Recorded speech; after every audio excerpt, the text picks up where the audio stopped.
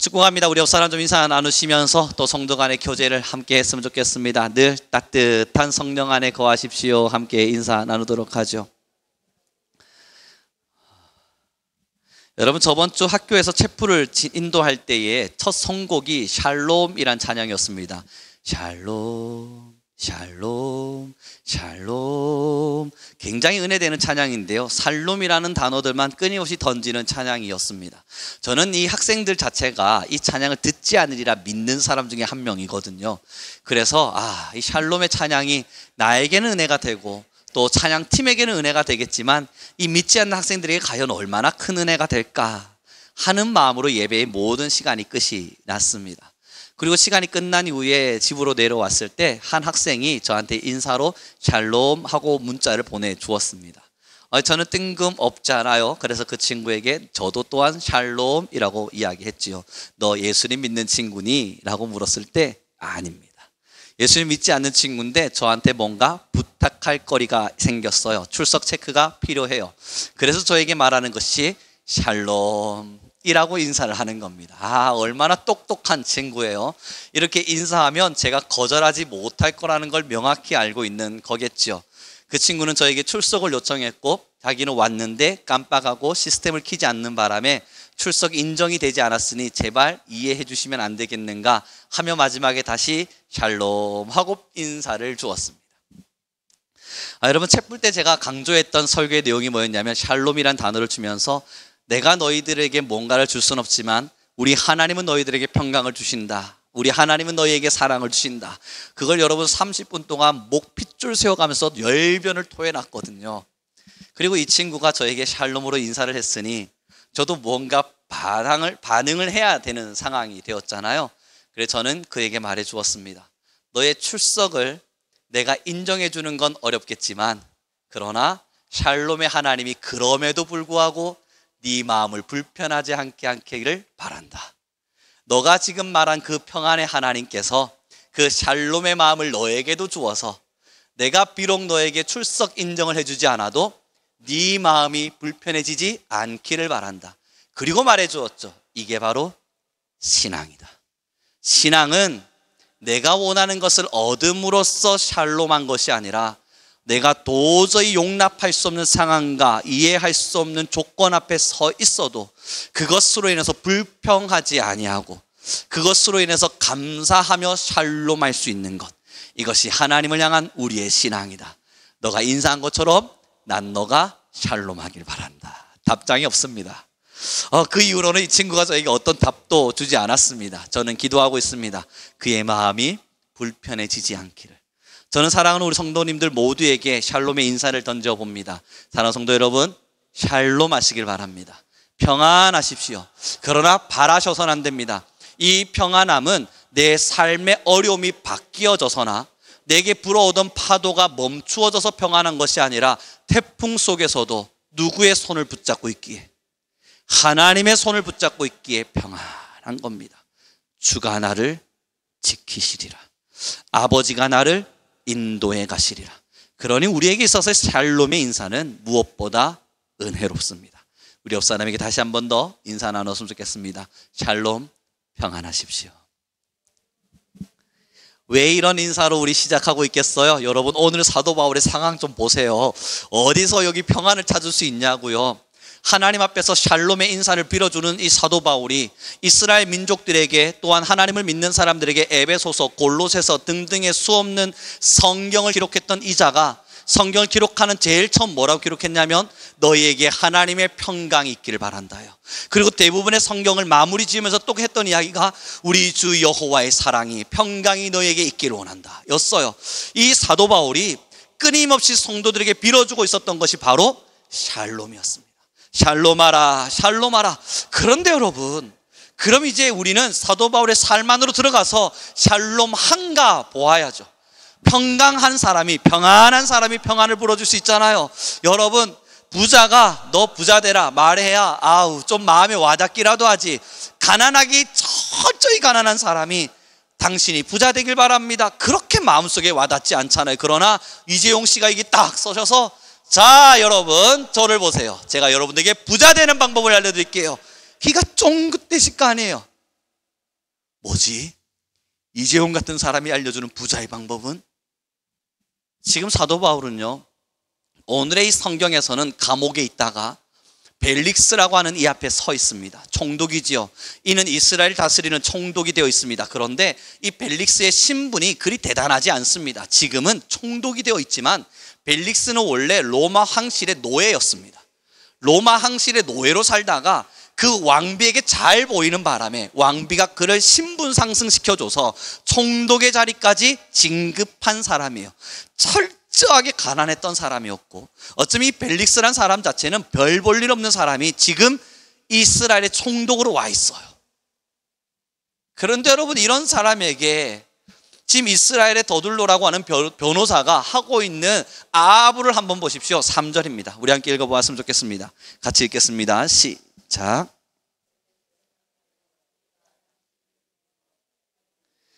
이 민족이 당신의 선견으로 말미암아 여러 가지로 개선된 것을 우리가 모든 모양으로나 어느 곳에서나 크게 감사하니이다. 4절입니다. 당신을 더 괴롭게 아니하려 하여 우리가 대강 여짜옵나니 간용하여 들으시기를 원하나이다.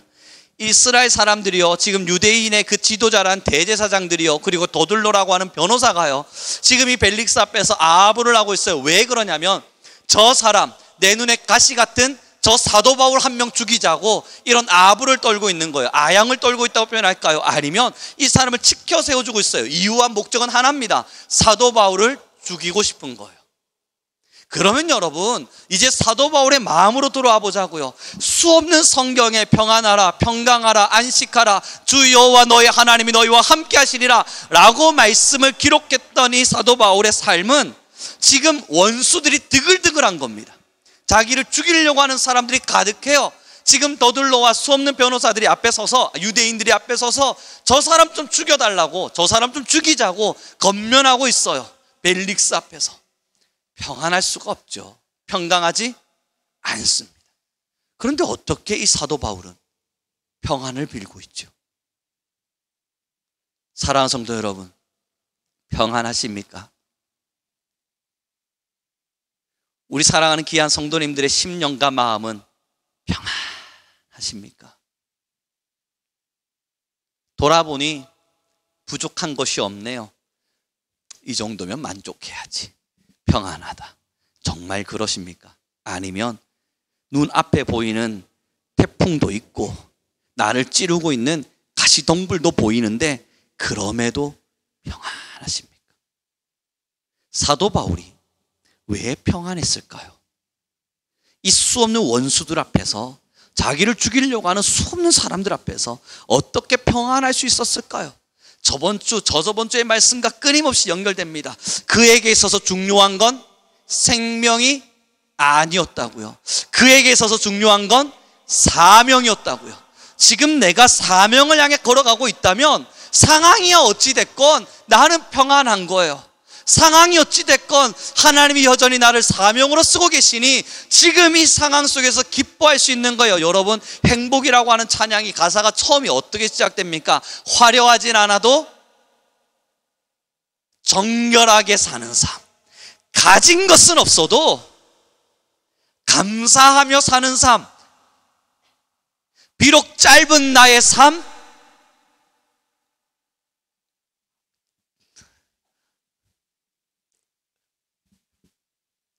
저만 모르는 게 아니군요. 여러분 다 모르시고 있군요. 사랑하는 성도 여러분, 제가 가사를 읽어봐 드릴게요. 잘 들어봐 주십시오. 전 저 말고 다 아실 줄 알았습니다. 화려하지 않아도 정결하게 사는 삶, 가진 것이 적어도 감사하며 사는 삶, 내게 주신 작은 힘 나눠주며 사는 삶, 이것이 바로 행복이라네. 여러분, 왜 평안하죠? 가난하면 우리 아파야죠. 화려하지가 않으면 부러워해야죠. 왜 평안하죠? 정결이 우리의 사명이었기 때문입니다. 부유하고자 하는 것이 우리의 사명이 아니라 가난하지만 감사하게 사는 것이 우리의 사명이기 때문입니다. 그 사명을 따라 걸어간다면 가난하지만 평안한 거예요. 화려하지 않지만 정결하게 사는 삶을 살아가고 있으니 감사한 거예요. 그리고 나서 여러분 보세요. 눈물 날 일이 많대요. 우리 원하는 삶 아니잖아요. 매일매일 눈물로 지새는 밤. 여러분 정말 이걸 원하세요? 삶은 눈물이 나는데 왜 평안하냐고요. 뒤에 있잖아요. 전 답안지를 가지고 있습니다.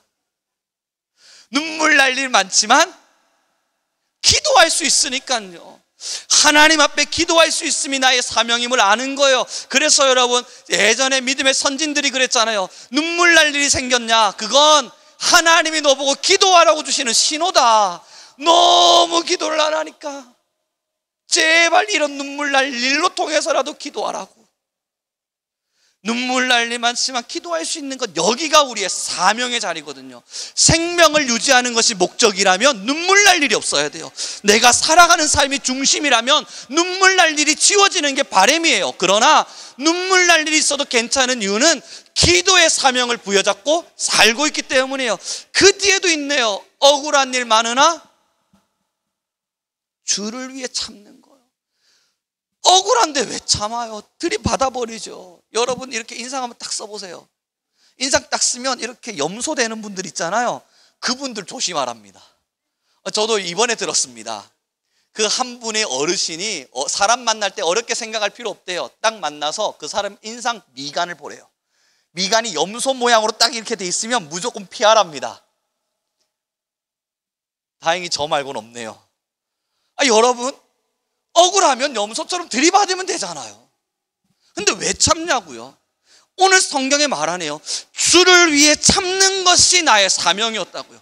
우리의 일반적인 인생의 길은 억울한 일이 없는 게 이선인데 이것을 우리는 바라고 이것을 원하는데 성경의 믿음의 선진들을 보니까 수없는 모함과 억울함과 가십거리와 이야기들로 가득가득해요. 그럼에도 불구하고 평안을 누려요. 왜 평안하냐면 그걸 바라지 않았기 때문이에요. 주를 위해 참는 걸 바라고 있기 때문입니다. 사랑하는 성도 여러분, 사도 바울의 평안은 하나님 앞에서 어떻게 살아가야 되는지를 명확히 알고 있는 우리의 모범이 되어 주었습니다. 지금 저와 여러분에게 주어진 것도요, 생명을 우선으로 놓고 걸어가면 사랑하는 성도 여러분, 가서 화려함을 쫓아가십시오. 조금 가난하다 싶으면 부자들을 부러워하시면서 죽을 힘을 다해 돈을 모으십시오. 정말 우리의 인생이 우리의 삶의 목적이었다면 억울한 일 있으면 받으시고 내가 지금 가진 것이 없으면 뺏어라도 오십시오. 왜 나눠줘요? 누군가 걸 강탈해서라도 내 것을 만들어야죠. 그러면 평안하십니까? 살아보셔서 알걸요? 이 생에 아니면 이 땅의 지혜 정도는 우리가 이젠 가졌잖아요. 알잖아요. 화려한 것을 아무리 쫓아가봤자 찾아오는 건 불평밖에 없다는 거, 부러움에 의한 시기와 질투밖에 없다는 걸 우리는 알고요. 때로는 억울한 일이 있어서 다투고 나면 돌아오는 건 또 다른 다툼밖에 남지 않는다는 걸 우리는 알아요. 내가 가난하게 살아서 부자가 돼보려고 발부둥 쳐봐도 저를 보니 뭐 그리 대단한 것 같지는 않아요. 아닌 걸 알아요. 여기는 아무리 아등바등 그렇게 뭔가의 목적을 두고 걸어가봤자 진짜를 내게 주지 않는다는 걸 알아요. 샬롬 하셨습니까? 돈에 목숨 걸고 살아보았는데 샬롬 하셨어요? 내가 나름대로 억울한 일 당하지 아니하고 사랑받으며 살고 싶어서 아등바등 살아보았는데 사랑하는 성도 여러분, 샬롬 하세요? 아니죠. 마음의 허무함과 공허함이, 외로움과 철저한 부서짐이 끊임없이 우리의 마음을 갉아먹어버릴 뿐 남는 게 없음 우리는 봐요. 그런데요, 가난한데 나눠줘 보면 괜히 행복하지 않으셨어요? 우리 집에 있는 콩 한쪽 들어다가 저기 줄까? 나눠주고 났더니 욕심이 생기셨습니까? 아니면 왠지 마음에 흡족함이 찾아오면서 행복함을 느끼셨어요? 여기가 이미 하나님이 주신 진리가 있는 거예요. 사랑하는 성도 여러분, 눈물 날 일 너무 많을 때 울며 기도했더니 문제가 해결되었나요? 아니면 여러분들 안에 하나님의 은혜가 임하였나요? 짧은 신앙의 길이지만요, 저도 아직 배워야 될 것이 너무 많은 신앙의 길이겠지만요, 눈물 날 일도 많고 억울한 일도 있는데 기도했더니 하나님이 문제를 바꿔주지도 않아요. 환경을 개선시켜주지도 않아요. 그런데 저의 영혼 가운데 임재하시는 하나님을 마주해요. 사랑하는 아들아, 내가 너와 함께하노라. 사랑하는 아들아, 너는 나로 인하여 기뻐하라. 그러니 두 발에 힘을 주고 다시 일어나서 억울한 일 괜찮아 하면서 뛰어가게 되고, 눈물 한두 방울 흘렸으니 됐어, 이 정도 흘렸으면 충분해, 눈물 닦고 다시 앞을 향해 가는 거예요. 은혜를 맛보았으니까. 생명이 아니라 사명이었거든요. 이 땅을 살아가는 우리에게 하나님이 주신 인생의 가치였거든요. 신앙인의 모범이었고 신앙인이 걸어가야 할 길이었던 겁니다. 사도 바울은 많은 역경과 환경을 마주했습니다. 벨릭스 앞에서 지금 자신을 변호합니다. 이 성경 구절을 여러분들께서 읽으셨겠지만 뒤에 무슨 이야기가 나오냐면요, 제사장들이 이 사도 바울을 향해서 뭐라고 그래요? 얜 전염병 같은 존재입니다. 아우, 세상에 사람 보고 전염병이라면 어떡해요. 전염병 뭔지 아시잖아요. 대이면 걸려서 죽는 병, 그게 전염병이잖아요. 그냥 걸리면, 얘 한테 걸리면 걸려서 죽는 거예요. 사도 바울을 전염병 같은 존재래요. 그리고 나서 여러분, 벨릭스가 이 사도 바울을 처형해야만 하기에 뭐라 그러냐면, 이 사람들이 유대인들을 소요하고 있습니다. 유대인들을 소동을 일으키고 있다고 말해요. 여러분, 이게 왜 중요한 단어인지 알아요? 로마가요, 많은 민족들을 통치했지만 종교의 자유를 유일하게 준 나라, 국가가 어디냐면 이 유대인들이었습니다. 왜 그랬냐고요? 유대인들이 소동을 한번 일으키면 다른 국가들하고 다른 거예요. 정말 눈 시뻘게 져서 덤벼드는 거예요. 다른 국가들은 합병책 내밀고 로마가 통치해주고 하면 좋습니다 하고 따라오는데, 이 유대인들은 득살같이 달려들어서 로마든 뭐든 우리가 다 씹어삼키겠다는 전투적 의지가 남아있는 거예요. 그래서 여러분, 로마가 생각보다 유대인의 눈치를 굉장히 많이 봤습니다. 소동이 안 일어나려고요. 조그마한 소동만 일어나도 천부장들 막 보내서 소요를 막 죽이는데 바빴어요. 이것을 없애는데 바빴어요. 그런데 사도 바울이 어떤 존재라고요? 소요를 일으키는 존재래요. 그러면 로마인의 입장에선 처형해야만 합니다. 그래야만 안녕할 수 있고, 벨릭스 입장에선 그래야만 자신의 생명을 유지할 수 있어요. 황제로부터 자신의 생명을 유지할 수 있어요. 사도 바울이 왜 안 억울하겠습니까? 오늘 성경을 함께 보았으면 좋겠습니다. 사도행전 24장 10절의 말씀입니다. 함께 읽겠습니다. 시작.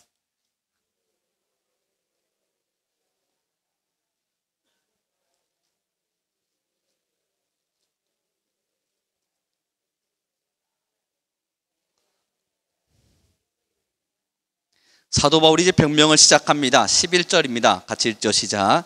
당신이 아실 수 있는 바와 같이 내가 예루살렘에 예배하러 올라간 지 12일밖에 안 되었고, 그들은 내가 성전에서 누구와 변론하는 것이나 해당 또는 시중에서 무리를 소동하게 하는 것을 보지 못하였으니, 이제 나를 고발하는 모든 일에 대하여 그들이 능히 당신 앞에 내세울 것 없을 겁니다.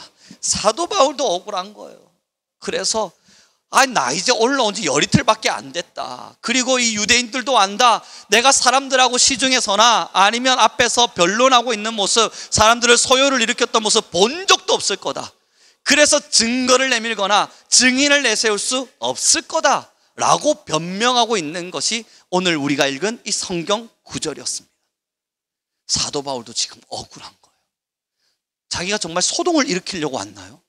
예루살렘에 온 게 폭동을 일으키려고 왔습니까? 아니요. 사도 바울은 그저 내가 만나는 사람들에게 예수님을 전하고 싶었을 뿐이에요. 복음을 전하고 싶었을 뿐이에요. 그런데 지금 어떤 누명을 뒤집어 썼냐면 전염병이다. 이 자는 소동을 일으킬 자다. 억울한 거예요. 벨릭스가 다행히 이 사도 바울의 이야기를 가만히 듣다가 이 사도 바울을 다시 감옥으로 집어넣습니다. 그리고 나서 오늘 우리가 봐야 할 구절은 바로 24절의 말씀입니다. 24절의 말씀 함께 읽겠습니다. 시작. 수일 후에 벨릭스가 그 안에 유대 여자 드루실라와 함께 와서 바울을 불러 예수 그리스도 예수 믿는 도를 듣거늘. 신기한 일이 일어났네요. 벨릭스가 사도 바울을 불러다가 야, 너가 전하고 싶은 예수님에 대해서 내게 좀 말해보아라 라고 말하며 예수님의 도에 대해서 귀를 쫑긋합니다. 그리고 25절의 말씀을 같이 읽도록 하죠. 같이 읽겠습니다. 시작. 장차 오는 심판을 강론하니 벨릭스가 두려워하여 대답하되 지금은 가라, 내가 틈이 있으면 너를 부르리라 하고. 사도 바울로부터 복음의 이야기를 듣고 심판의 이야기를 듣고 나니까 벨릭스의 마음에 두려움이 찾아왔어요. 그리고서 벨릭스는 가라, 내가 때가 되면 다시 너를 부르리라 말합니다. 여러분, 여기서 주목하셔야 될 것이 하나님이 사도 바울을 처음 세우셨을 때 그에게 너는 유대인에게 머물지 않을 거야. 어떤 사명을 주셨죠? 이방인에게 나를 전달할 것이다. 거기서 멈췄나요? 아니야. 너는 이제 입을 열어 귀족에게까지, 그리고 로마에까지 가서 너는 복음을 전하는 사람이 될 거야. 오늘 이 벨릭스, 로마에서 유대로 총독으로 파견받은 이자에게 서서 예수님을 증언하고 예수님을 설명하는 그 위치에 명확하게 섰습니다.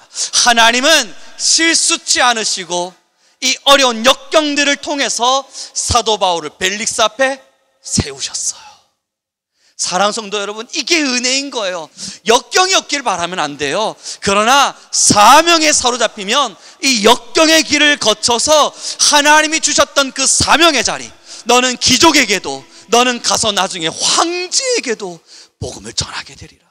그 말씀을 하나님은 실행하시고 이행하셔서 반드시 이루시는 겁니다. 사도 바울의 감옥이 필요했던 겁니다. 사도 바울의 파선이 필요했고 유대인들의 모함이 필요했고 억울한 심정이 필요했었어요. 하나님은 그 억울함을 통해서, 그 짓밟힘을 통해서, 삶의 피폐함을 통해서 하나님의 역사를 이루어 가셨습니다. 사랑하는 성도 여러분, 우리가 지금 오른손으로 꽉 붙잡고 있는 사명, 이 사명이 우리의 길을 만들어가는 겁니다.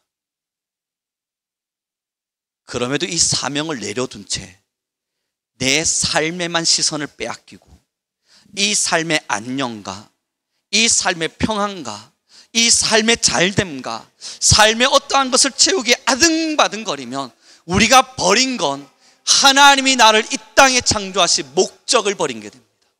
하나님의 자녀가, 하나님의 아들이라 부르는 우리가 하나님이 나를 세우신 목적을 잃어버린 채, 방향을 잃어버린 채, 갈 길을 잃어버린 탕자의 길을 걷게 되는 겁니다. 사랑하는 성도 여러분, 탕자가 정말 누구라고 보세요?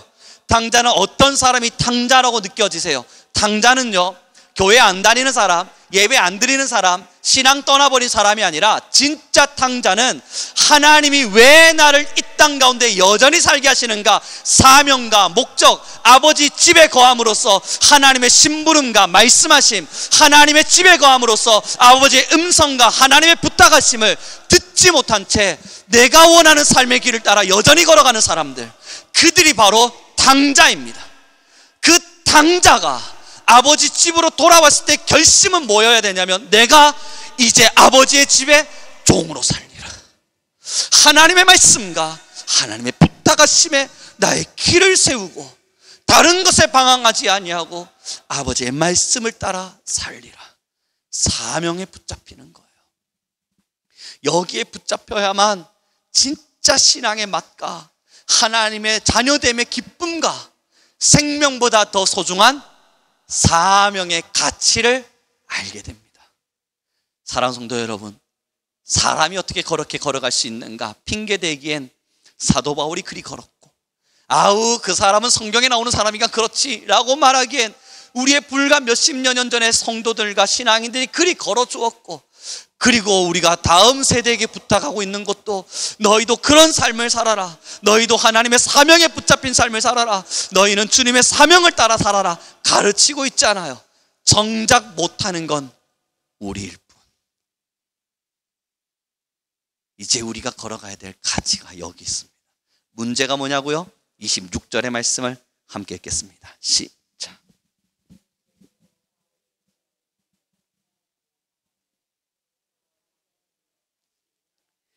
여러분 26절 다시 한번 읽어볼게요. 시작. 동시에 또 바울에게서 돈을 받을까 바라는 고로 더 자주 불러 같이 이야기하더라. 벨릭스의 검은 속내가 드디어 드러났어요. 왜 사도 바울을 불러서 예수님의 이야기를 들었습니까? 그 앞절에 두려운 마음은 있었어요. 문제는 그 안에 흑심이 숨어 있었어요. 더 자주 불렀대요. 할 수 있는 한 최대한 많이 불러서 예수님의 이야기를 해라, 예수님의 이야기를 더 해라 라고 말했대요. 왜요? 돈 받고 싶어서. 돈을 조금 어떻게 얻어볼까 싶어서요. 여기서 벨릭스의 신분이 드러나는 거잖아요. 원래 노예였다니까요. 가난하게 살아보았다니까요. 그는 세상에서 밑바닥 인생을 살아본 사람이라고요. 세상에서 밑바닥의 길에서 누군가의 명령 앞에 굴복당하며 살아본 사람이라고요. 그랬더니 그는 죽을 힘을 다해서 왕비의 눈에 잘 들어서 총독의 자리까지 지금 승급되어 올라왔다고요. 그러니 여전히 버리지 못하는 게 뭐겠어요? 돈 욕심이에요. 여전히 돈 욕심만큼은 못 버리겠는 거예요. 가난해 보았기 때문일 겁니다. 짓밟혀 봤기 때문일 거예요. 그러니 여전히 욕심이 있을 거예요. 복음을 듣고는 있지만 여전히 뭘 못 버린다고요? 돈 욕심. 복음을 들으면서 어떤 감정을 느꼈어요? 두려움. 야, 그럼 어떡하지? 가라. 내가 조금 이따 다시 부를게. 하나님의 말씀에 동함은 분명히 있었던 거예요. 두려움이 느껴졌다는 것은 하나님의 말씀에 동함과 반응은 분명히 있었어요. 그러나 여전히 뭘 못 버린다고요? 세상을 사랑하는 돈 욕심은 못 버리겠는 거예요. 그래서 이 흑심을 가지고 여러분 오른손에 복음을 쥐고 왼손엔 세상을 쥐고 자, 예수님에 대해 설명해 보아라. 설명하되 돈도 주면 더욱 좋고. 벨릭스의 검은 속내입니다. 어쩌면 사명을 부여잡지 못하는, 사명으로 나오십시오 여러분, 우리는 사명으로 나와야만 합니다 라고 하는 신앙의 수 없는 가치를 들어도 나오지 못하는 이유가 뭐예요? 하나님의 말씀대로 살지 못하면 두렵기도 하고, 하나님의 말씀에 순종하지 못하면 내가 어떡할까 하는 걱정도 되고, 때로는 하나님의 사람인데 그래도 내가 하나님의 자녀인데 잘 살아봐야지 하는 결심과 결단, 동료됨은 분명히 있지만 왜 여러분 우리가 나아가지 못합니까? 왜 우리가 인생에 뭔가를 내려두지 못한 채 사명 앞에 왜 붙잡힘을 받지 못합니까? 이유는 벨릭스랑 똑같은 마음이 우리 안에 숨어 있기 때문이에요. 돈 욕심. 가난하게 살아봤거든요.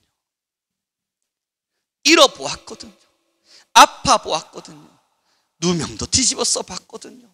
모함도 당해봤거든요. 손가락질도 경험해봤고요. 없는 자가 살아내는 지옥이 뭔지를 알거든요. 못 내려두겠는 겁니다. 그래서 수없는 동료됨이 일어나지만 진짜 예수님 앞에 모든 걸 내려두고 걸어오는 신앙의 수는 미비한 겁니다. 대부분의 한국의 많은 성도들은 동료됨과 죄책감과 가고자 하는 갈망과 여러 가지 많은 감정의 동함들은 있지만 손끝과 발끝이 움직여내지지 않습니다. 왜냐하면 움직이는 순간 화려함보단 정결을 선택해야만 하거든요. 움직이는 순간 가난함 속에서도 감사를 선택해야만 하거든요. 이 선택의 기로에서 이 가치의 무거움이 얼마나 우리를 두렵게 하는지를 알기에 쉽사리 선택하기가 버거운 겁니다. 죄송합니다만 저도 그렇습니다. 누가 여기서 난 완전하다, 나는 완벽하다 말하겠어요? 여전히 저울질이 일어납니다. 저울질을 합니다. 저울질이 안 된다면 그건 새빨간 거짓말입니다. 누가 저울질을 하지 않습니까? 다 저울질을 합니다. 그러나 찬양의 가사에는 그런 고백이 있죠. 그러나 결국은 주님을 선택합니다. 사도 바울도 동일한 신앙을 고백했죠. 내가 하나님의 법과 세상의 법 속에서 내 안에 있는 죄를 보기도 한다. 나는 하나님의 법을 따라 살고자 하지만 내 안에 있는 이 죄의 법으로 인해서 하나님의 말씀대로 살지 못하는 나 자신을 보기도 한다. 야, 나 어떡할까? 이 공고한 자야, 공고한 자야. 사도 바울도 이 저울주의 속에서 갈등을 느꼈던 거예요. 고린도 교회로 찾아갔을 때 어두컴컴한 우상 숭배가 가득한 세상을 마주하면서 사도 바울이 거기서 뜨거움과 사명에 대한 열정을 느꼈냐고요? 아니요, 성경 기록하잖아요. 두려워하였다고요. 내가 여기서 정말 주님의 복음을 전할 수 있을까? 내가 정말 여기서 하나님의 사명을 잘 감당할 수 있을까? 두려움을 느꼈다고요. 사도 바울도 같은 길을 걸었어요. 엘리야라고 비켜나갈 수 있습니까? 위대한 선진이지요. 시대의 구약 성경의 모세와 엘리야, 이 두 명의 선진을 빼고 나면 설명될 길이 없지요. 그런데 이 엘리야가 여러분 850여 명의 우상 단지를 섬기는 수없는 제사장들을 다 죽이고 그 다음 어디에 숨었어요? 나무 밑에 콕 숨어가지고 하나님, 난 이제 죽은 죄입니다. 하나님, 난 더 이상 못합니다. 왜 그 고백을 했냐고요? 여자 한 명, 겨우 여왕이라 불리는 여왕 한 명이 내가 저 엘리야를 죽이고야 말겠다, 그 말이 두려워서, 내 생명이 뺏길까 봐 겁이 나서, 아니 방금 전에 하늘에서 불을 내린 자가 이세벨의 이 한마디의 말에 벌벌벌 떨면서 난 이제 죽은 목숨이다, 숨어서 이스라엘로 돌아가지도 못해요. 가만히 숨어가지고 로뎀나무 밑에서 주님, 나 그냥 죽여주십시오. 다 똑같다고요.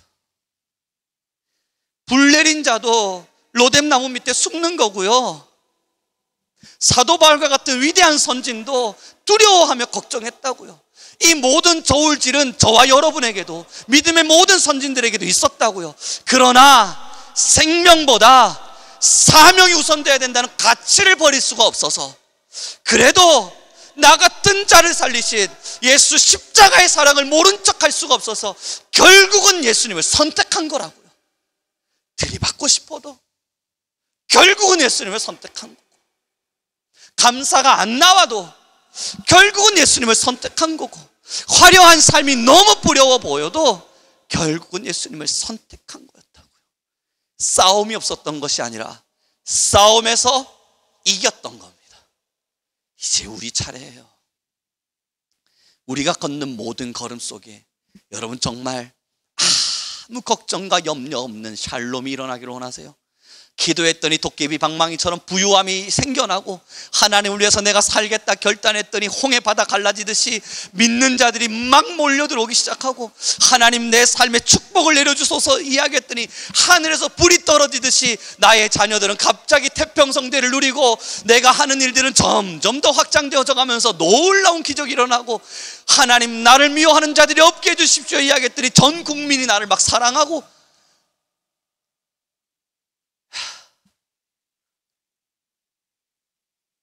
그런 일은 죽어도 일어나지 않습니다. 그런 기도를 드릴 때마다 하나님은 더 담대히 사명을 감당할 용기만 주실 분입니다.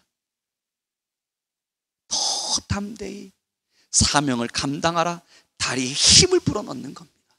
그럼에도 일어나라 말하는 하나님의 음성을 들었음에도, 애굽으로 가라 말씀하시는 하나님의 음성을 들었음에도 여전히 나는 부족해서, 환경이 부족해서, 상황이 안 돼서 못 간다, 끊임없이 생명의 이유만 되면서 설명하기 시작하면 여러분 언제 사명 감당할 수 있겠어요? 결국은 이 두려움이 우리의 승리로 전환되는 순간이 우리의 사명이 우리를 이끌어가는 순간인 겁니다. 이제 말씀을 정리해 갔으면 좋겠습니다.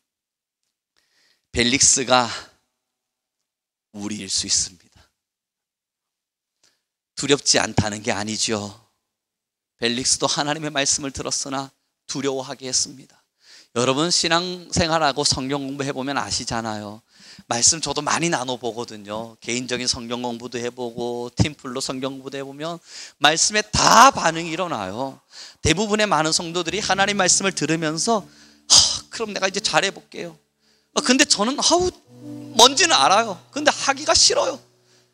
뭔 말하는지는 아는데 이해는 되는데 굳이 라는 이야기들을 진짜 많이 들어요. 이제 여러분 얼마 안 있으면 우리 스포츠 과학부 학생들도 세례를 받거든요. 저번 주에 3명의 학생이 저를 찾아왔어요. 그래서 제가 야, 세례를 받으려면 너희들 나랑 이제 성경 공부를 시작해야 돼. 해보자 라고 이야기했더니 이 친구들이 해보겠대요. 그래, 좋아. 성경 공부를 하기 위해선 너희들의 시간을 좀 빼줘야 돼. 나도 나의 시간을 뺄 테니 너희들의 시간도 좀 빼주렴 라고 이야기했더니 한 친구가 저 시간이 너무 안 되는데요.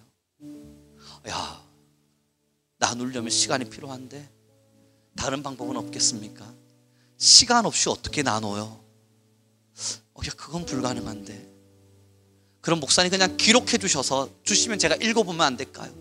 아우, 게으름 친구들. 날로 먹으려고 그래요, 신앙을. 저보고 다 쓰래요. 그리고 와서 읽어보겠다는 거예요. 못 버리겠는 겁니다. 신앙이 왜 어려운 줄 아세요? 대부분의 성도들은요, 하나님 알겠는데요, 설득해보세요를 말하거든요. 날로 먹으려고 그러는 거예요. 순종하고 나서 설득당하는 거지. 우리 다 걸어보셨잖아요. 하나님의 말씀에 설득당해서 순종했습니까? 그런 적 없어요. 제 평생에 단 한 번도 그런 적 없어요. 순종했더니 설득당해버린 거예요. 하나님이 저를 설득하시고 데려가지 않았다고요. 단 한 번도 그런 적이 없으셨다고요. 신앙은 대충 먹으면 안 되는 거잖아요. 그래서 제가 그 친구들한테 야, 안 돼. 난 써줄 수 없어. 내가 온라인을 킬 테니까 온라인으로라도 들어와. 그리고 만나는 거야. 만나기로 약속을 했습니다. 그런데 뺀질하게 아무리 약속을 잡아도 된다 해놓고는 그 다음날 안 된다 그러고, 된다 해놓고는 그 다음 주에 안 된다 그러고 죽겠습니다. 여러분, 제가 뭘 느끼는 줄 아세요? 이게 우리 하나님 마음이지.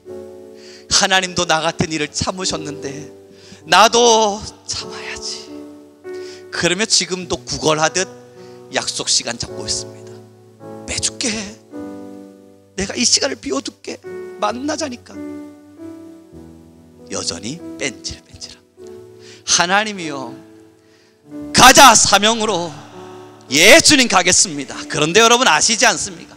이 문 딱 나서면요, 다음 주에요. 하나님, 다음 주부터예요. 다음 주 사도 바울 설교 한 번 더 남았거든요. 거기까지 듣고 조금 더 설득되면 내가 한번 움직여 볼게요. 그 정도만 돼도 양반일 겁니다. 하나님이 끊임없이 사명에 갈등을 주시고 일어나라 하시고 말씀을 주셔도 끊임없는 이 돈의 욕심과 벨릭스의 마음처럼 세상을 가득 품고 못 내려두겠습니다. 못 버리겠습니다. 갈 수가 없습니다. 하기가 싫습니다. 이게 우리가 던지는 하나님께 대한 기도가 되어 있다고요. 주님께 내가 기도할 때는 사명을 감당할 힘을 달라는 것이 아니라 못 가겠습니다. 못 하겠습니다. 할 수가 없습니다. 못할 상황밖에 안 보입니다. 이것이 우리의 기도로 가득 채워져 있다고요. 그리고 마지막 기도의 제목은 하나님이 이 모든 것을 지워주시면 내가 가겠습니다. 여러분 아시잖아요.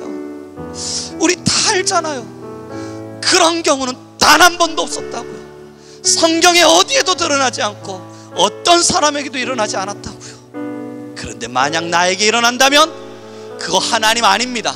사탄이 준 덫입니다. 내가 하나님 앞에 순종당할 때에 설득당하면서 가고 있는 길이 보인다면 여러분 기억하세요. 하나님 아닙니다. 그건 우리가 우겨싸듯 그렇게 이해하며 설득하며 미혹당하고 있는 겁니다. 갑시다.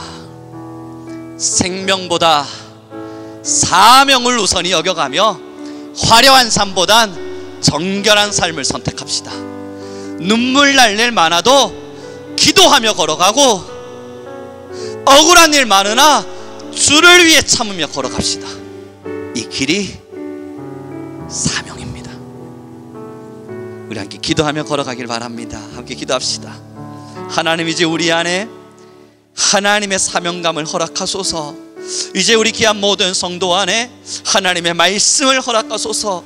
그러므로 이제 우리 모두가 하나님 앞에 순종하며 주님의 말씀에 반응하며 언제나 주님과 함께하기에 샬롬의 평강을 누리는 귀한 성도들이 되게 허락하여 주소서. 우리 주여 한번 부르시고 간절히 기도하며 나아갑니다. 주님,